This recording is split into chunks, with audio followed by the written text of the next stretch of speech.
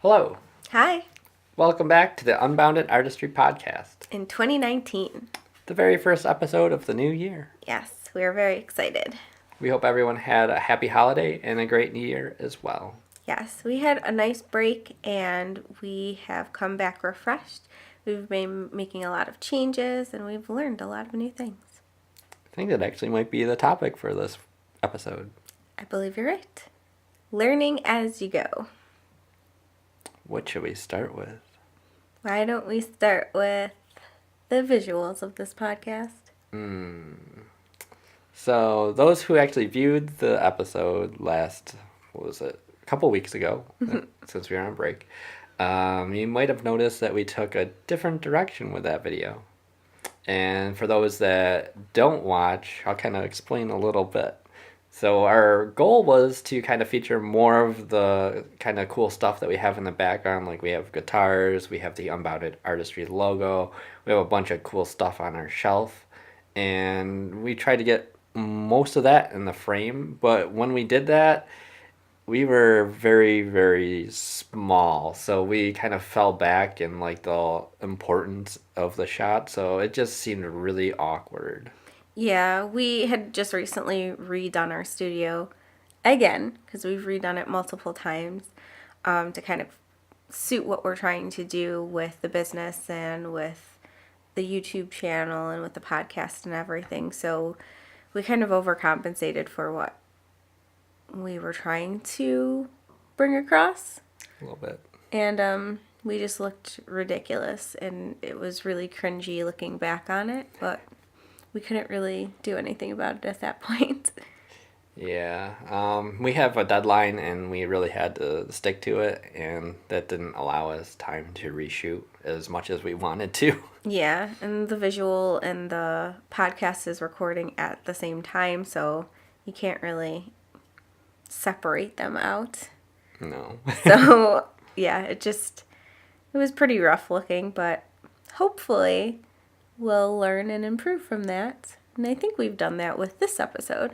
Yeah, this episode is actually shot on a Canon 80D. Yes, we got new cameras for each other for Christmas, and we're shooting on that. So it's helping the framing because this actually has a little flip out screen so you can kind of monitor what you're doing. So you kind of are a little bit more aware of what it looks like before you're done. Before we were just shooting on our iPhone, and you don't have that flexibility, so. Yeah, it's really good for setting up that initial shot, but then it's also kind of hard not to just stare at that screen when we're actually recording. So you gotta just kind of block that out and just focus like on the lens. Otherwise it just looks like you're staring off into the nowhere. Yeah. Yeah, but I think it's definitely going to be an improvement upon what we had before. Mm-hmm. So speaking of visuals of the podcast, one of the things that I noticed is that across not just the podcast, but also on the YouTube channel, there was some uploads that were not too far apart where I was wearing the same thing, and it makes it look like I don't have a wardrobe and that I just wasn't paying attention. So that's something else to be conscious of, is what you're actually putting out there and what series you're putting out there and how you want to like present yourself. So something that I'm going to have to pay closer attention to, even though these are sometimes recorded weeks apart, is what was worn in the previous episode so that I can make sure to separate that out. Yeah, you just want to mix it up every once in a while. Yeah. So what else should we talk about as far as the visuals? Well, the other thing would be the thing that I think we're going to focus on most next is going to be the lighting of just everything. So the lighting for the podcast and just for the YouTube videos we do indoors as well. Yeah. The lighting is not great. It's not terrible, but it's definitely something that we need to work on. And I think once we get that nailed down, that's going to help the production of all of our content going forward. Yeah, because lighting is a really important part of video. Yeah, and we're in a small space. We do have some natural light in here, but the way that this room is positioned is just really open to the neighbors, so we don't really want to have the windows open. So we're using a lot of artificial light, so that's something that we really have to kind of figure out the best way to use that. Yeah, not only that, it's just a lot of the videos get recorded late at night anyways, so Yeah. we have to rely on the artificial light. Yeah, for sure. So as far as that, I think that's the big piece that we want to do moving forward, as far as the visuals. But some of the other things that we've been learning about and making changes with is where our content is. So originally we had thought for the visual component of the podcast, it was going to be on its own channel on YouTube, and all of our other content is on our Tealfish Studio YouTube. So we wanted to originally separate that out because we were thinking that I guess some of the content on the Tealfish Studio channel was going to be the more fun, like behind the scenes type of thing, and then everything on the Unbounded Artistry YouTube was going to be the podcast and then the more serious side of the business. But putting that into practice, we realized that probably wasn't the best idea to have them separated out. Do you want to kind of talk about why? One of the reasons would be that it made uploading videos really hard. Yeah. Because we were trying to debate, like, which channel it should fall under, and then we're kind of stuck just not uploading anything, because we're like, we don't know if it should be on the Tealfish or it should be on the Unbounded Artistry, so it kind of just sat in limbo for a while and never got uploaded. Yeah, like we weren't sure like what order to put things up in, like some of our nature videos and like our vlogs like outdoors and stuff like that we never uploaded because we're like, oh, that should probably go on the Unbounded channel, but we weren't really up and running with the podcast yet. So we didn't want to just start uploading content over on that channel, and then we didn't put it on the Tealfish, and now it's not anywhere. So yet. Yeah. So we ended up making the decision to move all of our content off the Unbounded Artistry YouTube channel and put it onto the Tealfish Studio YouTube channel. There's still going to be a playlist of the content on the Unbounded Artistry YouTube in case somebody does come across it, but it's going to be housed now on the Tealfish Studio channel. Yeah, we're just going to go with one YouTube channel. Just make it a lot easier for us to upload stuff, and then also for you guys to follow along and see what we actually create. Instead of going back and forth between two channels and having to have two different like subscriptions, it's just going to be so much easier for you to find everything that we do. Yeah, and we realized that there wasn't enough of a difference for us to justify having everything on like two separate channels. The content that we create is pretty similar. It's us, it's our business, and the Unbounded Artistry title is really just the title of the podcast. So to kind of separate some of the things that we do besides the podcast on a separate channel didn't make a ton of sense when we really like came down to doing it.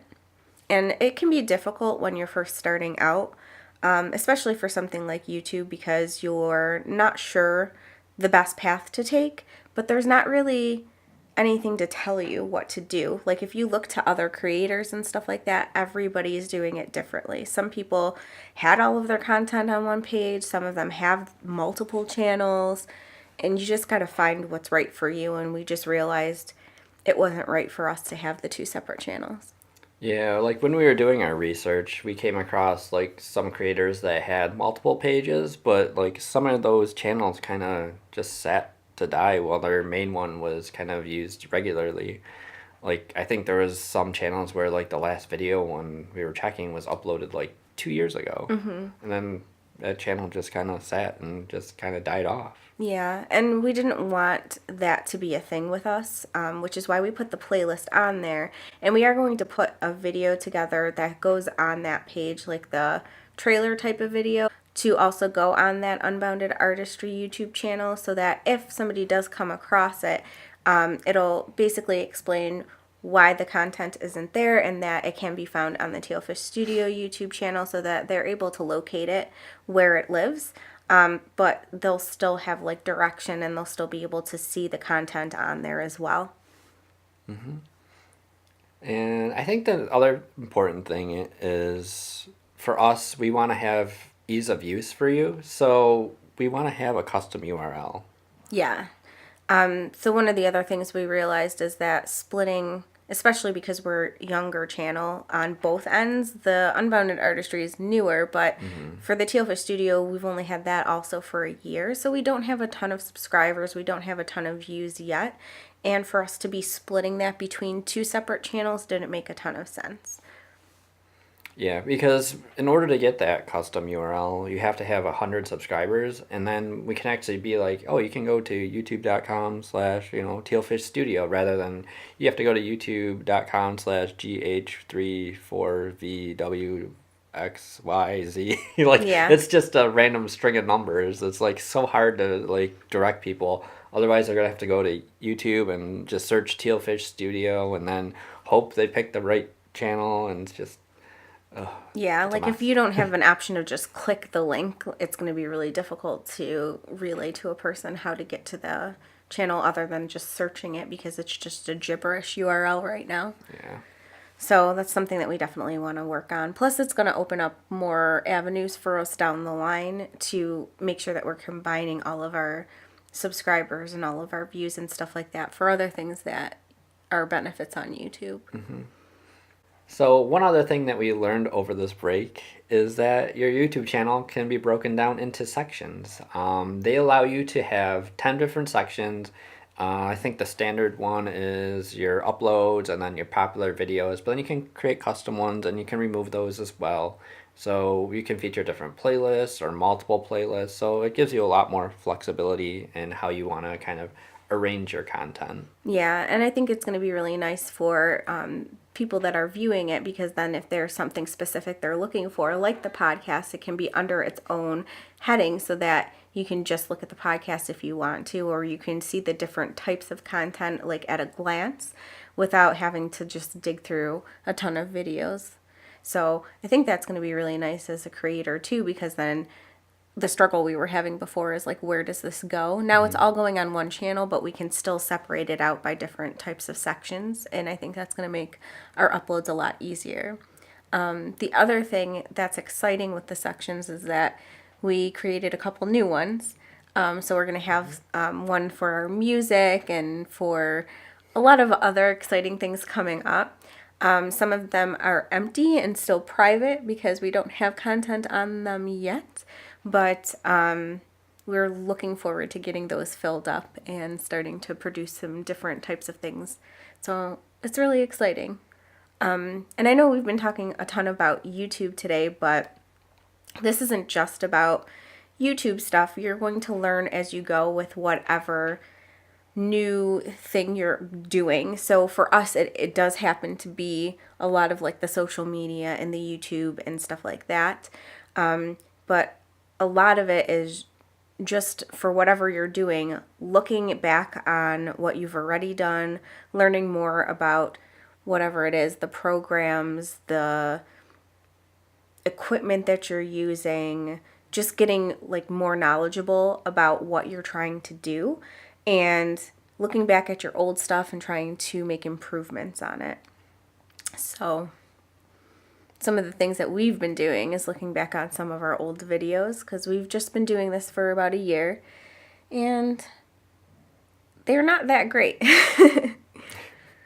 We need a little work on what we're actually putting out there, and that's something we're definitely focusing on in 2019. I'm pretty sure we had a video of opening an old can of Coke, and it almost probably hit half an hour long, which, in my opinion, is ridiculous. Like, it should not have been that long. Yeah, Like, it's pretty boring. Yeah, there's just probably a ton of just filler content. Yeah, and I think like when you're newer, you're just trying to compensate for not knowing what to do or not knowing what to say and not being used to putting content out there, not being used to looking from the perspective of the viewer.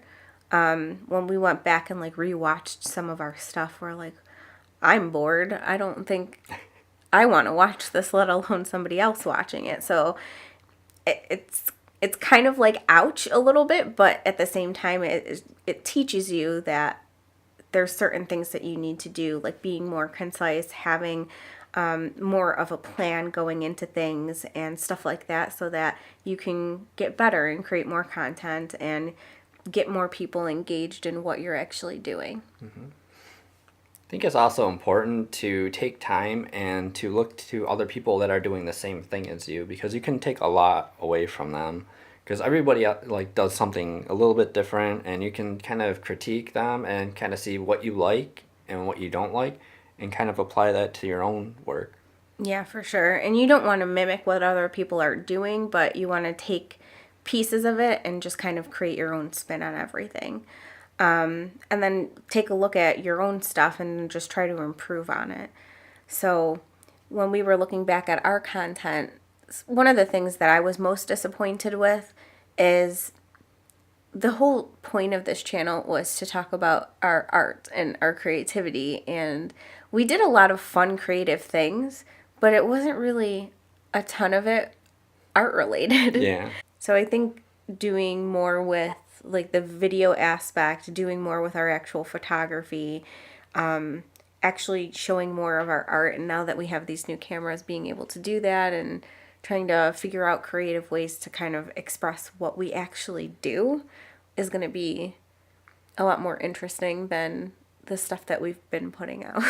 Yeah, I think it was good that we were putting out videos on like a regular schedule. I think that was really important, but I think some of them might have not have been like the right type of video, or some of the things that we weren't really happy with, but we just put out. And I think that's something that you kind of have to do, like, Yeah. to get started. It definitely got us in the habit of being able to create something and put it out on a regular basis and to have a deadline.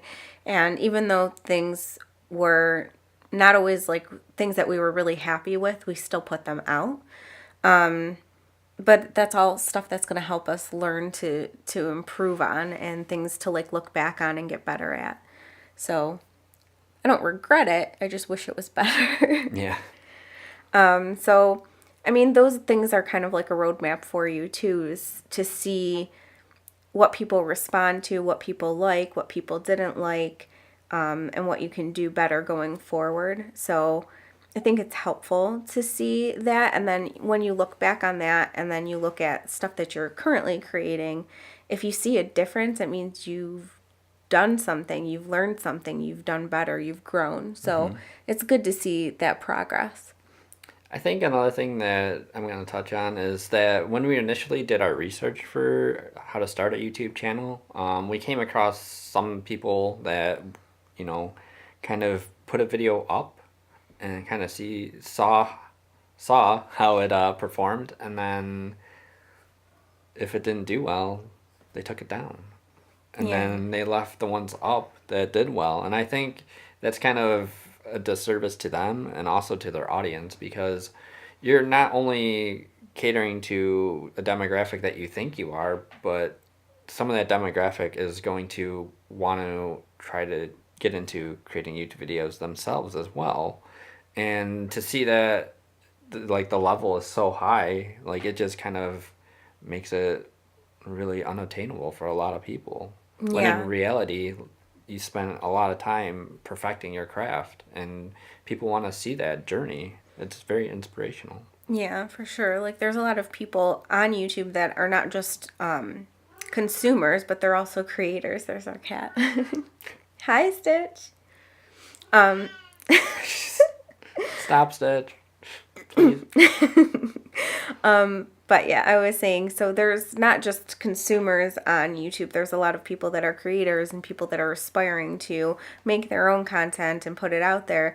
But it can be really intimidating because it is such a saturated platform. And there's people that have been on it for years and years and years. And you either are able to look back on their previous content and see that they've come a ton, like a long, long way.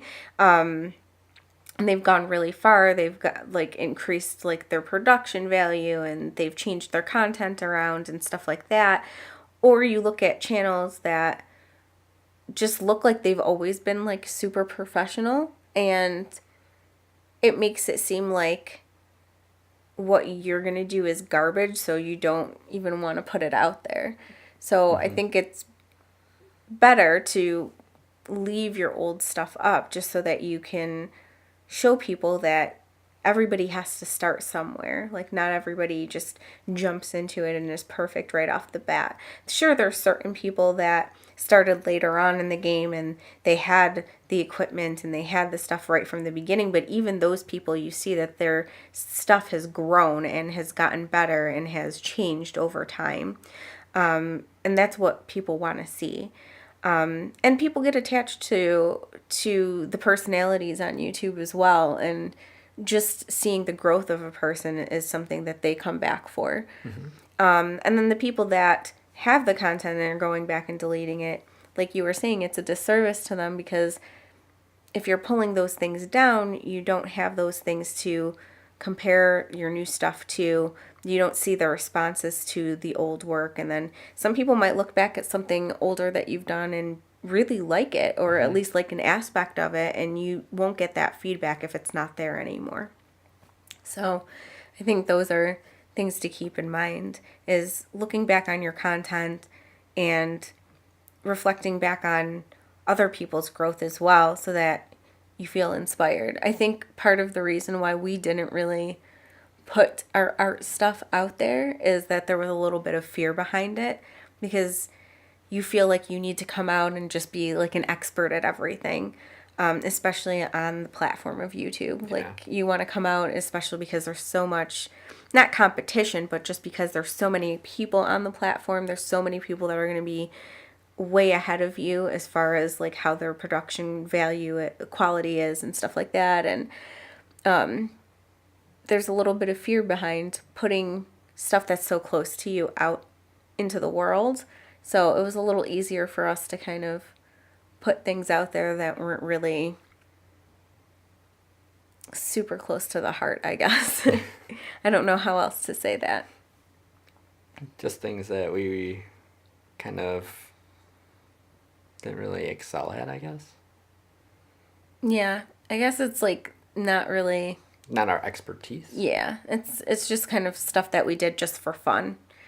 So the things that is like our business, those things are a little scary to put out there, because it is our business. Yeah, because it is our business, and you can get a lot of hate on YouTube and stuff like that, whether you're good or you're not. And I don't know if we were ready for that, but we're gonna have to get ready. Yeah. Not everybody's gonna like what you do, but I think the important thing to remember is that when you're making stuff and you're putting things out there, it should mainly be for you and for your growth, and because it's your passion, not because of everybody else's interpretation of it. It's out there for people's interpretation, but that shouldn't stop you from making your own content. No, it should not. So I think the other thing we really learned this year is that you have to go into things with a plan. We didn't really have a plan for a lot of the stuff we were doing. Or just like, oh, this is a great idea. And like, we had a little bit of an idea, a little bit of a plan, but we didn't really, I don't know, like, we didn't really like plan things out. We didn't really put too much preparation into some of the stuff that we were doing. Most of our planning just consisted of, this is the idea. Yeah. And then we just kind of wing it. And that's kind of how, I don't know, maybe 95% of the videos of last year were. It's just kind of flew by the seat of our pants. Mm-hmm. And it's not exactly the best way to do things, but at that time, that's the only way we kind of knew how to do it. Mm-hmm. But we definitely learned a lot over this past year, and one of the things we want to focus on is kind of having like a beginning, a middle, and an end of our videos that we do, just to make it a lot more interesting and keep up, with a good pace to everything, rather than kind of dragging on some of our half-hour videos. Like, yeah, I think pacing is a huge issue for some of the stuff. When we looked back on it, we were just rambling about something completely unimportant and uninteresting to the viewer.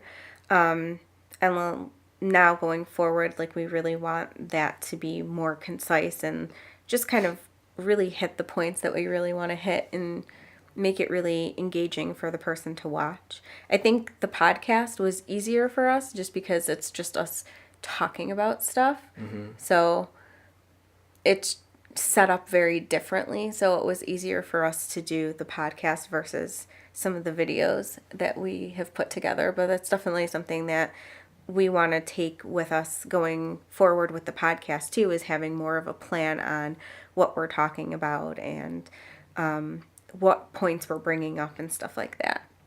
Yeah, definitely. So lots of things learned this year, this past year, and new things probably to learn this year as well. For sure. And we're just looking forward to everything. We're looking forward to some of the changes that we've already made. We're looking forward to things that we have coming up. Yes. Hopefully this is going to be a great year, and hopefully it's a great year for everybody out there. I hope so. Yeah. I think everyone deserves a great year. Yeah, I agree.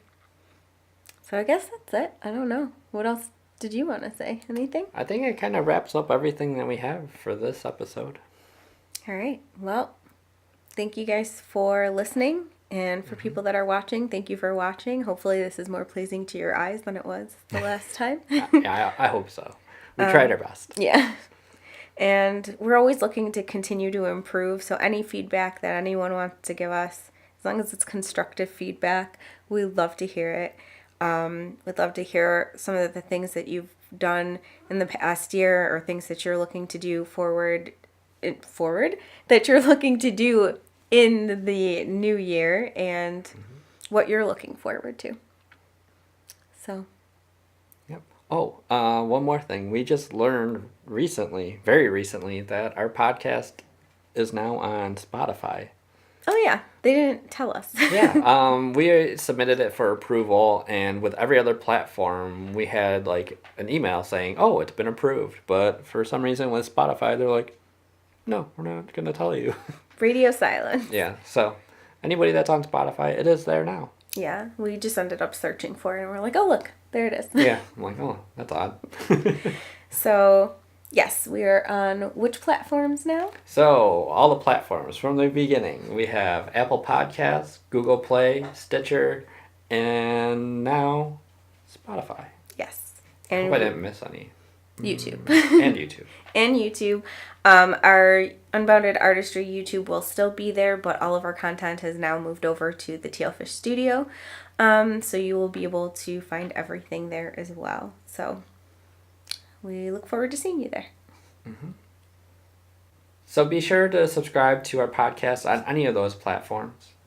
And thank you again for listening. And until next time, may your artistry always be unbounded. Bye. Bye.